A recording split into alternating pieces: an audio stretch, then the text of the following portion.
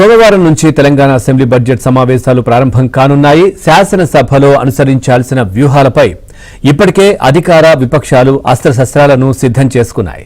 కొత్త చట్టాలు, కీలక నిర్ణయాలు తీసుకోవడంపై ప్రభుత్వం కసరత్తు చేస్తుండగా పలు అంశాల్లో సర్కారును కార్నర్ చేయాలని ప్రతిపక్షాలు రెడీ అవుతున్నాయి.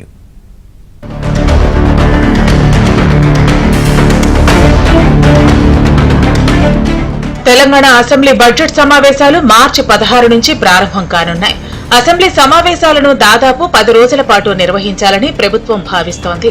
మార్చి 16న ఉభయ సభలను ఉద్దేశించి నూతన గవర్నర్ శివప్రతాప్ శుక్లా ప్రసంగించనున్నారు. శాసనసభ సమావేశాలకు ముందు అసెంబ్లీ ఆవరణలో తెలంగాణ తల్లి విగ్రహాన్ని గవర్నర్ శుక్లా ఆవిష్కరించనున్నారు.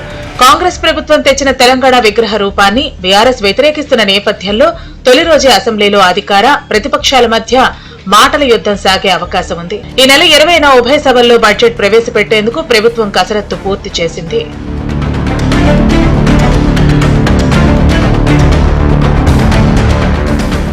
ఈసారి అజెండాలో పలు కీలక అంశాలను పెట్టాలని అధికార పక్షం భావిస్తోంది.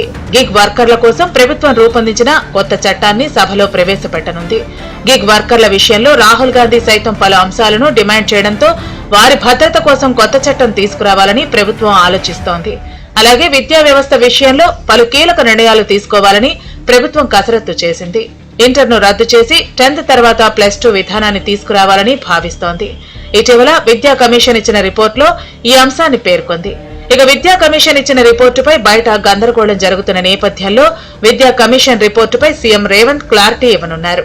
ఇక పిల్లలకు సోషల్ మీడియాకు దూరంగా ఉంచేందుకు ఇప్పటికే కర్ణాటక, ఏపీ తీసుకొచ్చిన చట్టం మాదిరిగా తెలంగాణలో కూడా చట్టం తీసుకురావాలని ప్రభుత్వం భావిస్తోంది. అలాగే సోషల్ మీడియా కట్టడికి సంబంధించిన కొత్త చట్టం తీసుకురావాలని సర్కారు కసరత్తు మొదలుపెట్టింది. ఈ అంశాలను సభలో చర్చించనున్నారు.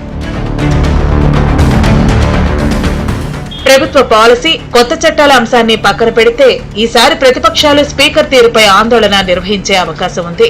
ఇటీవల పార్టీ ఫిరాయింపుల విషయంలో స్పీకర్ తీసుకున్న నిర్ణయంపై ప్రతిపక్షాలు ఆగ్రహం వ్యక్తం చేస్తున్నాయి. ఖైరతాబాద్ ఎమ్మెల్యే దాన నాగేందర్ అంశంలో స్పీకర్ నిర్ణయంపై ఆందోళన చేయాలని బీఆర్ఎస్ నాయకులు భావిస్తున్నారు. 6 గ్యారంటీల అమలుపై ప్రైవేట్ బిల్లు పెట్టాలని బీఆర్ఎస్ భావిస్తోంది. ప్రభుత్వం ప్రతిష్టాత్మకంగా చేపడుతున్న మూసీ రివర్ డెవలప్మెంట్ పై చర్చకు పట్టుబట్టాలని ప్రతిపక్షాలు భావిస్తున్నాయి. అధికార పక్షం కూడా ప్రతిపక్షాలను కార్నర్ చేసేందుకు సిద్దమైనట్లు సమాచారం. నదీ జలాల అంశాన్ని ఈసారి కూడా చర్చకు పెట్టాలని ప్రభుత్వం భావిస్తున్నట్లు సమాచారం. కాళేశ్వరం ప్రాజెక్టులో భాగమైన మేడిగడ్డ, అన్నారం, సుందిళ్ల బ్యారేజీల అంశాన్ని మళ్లీ చర్చకు పెట్టాలని ప్రభుత్వం కసరత్తు చేస్తోంది. ఇప్పటికే కాళేశ్వరం ప్రాజెక్టు విచారణను సీబీఐకి అప్పగించినా ఇప్పటి వరకు కేంద్రం ముందడుగు వేయకపోవడంతో దానిపై చర్చ చేయాలని ప్రభుత్వం భావిస్తోంది.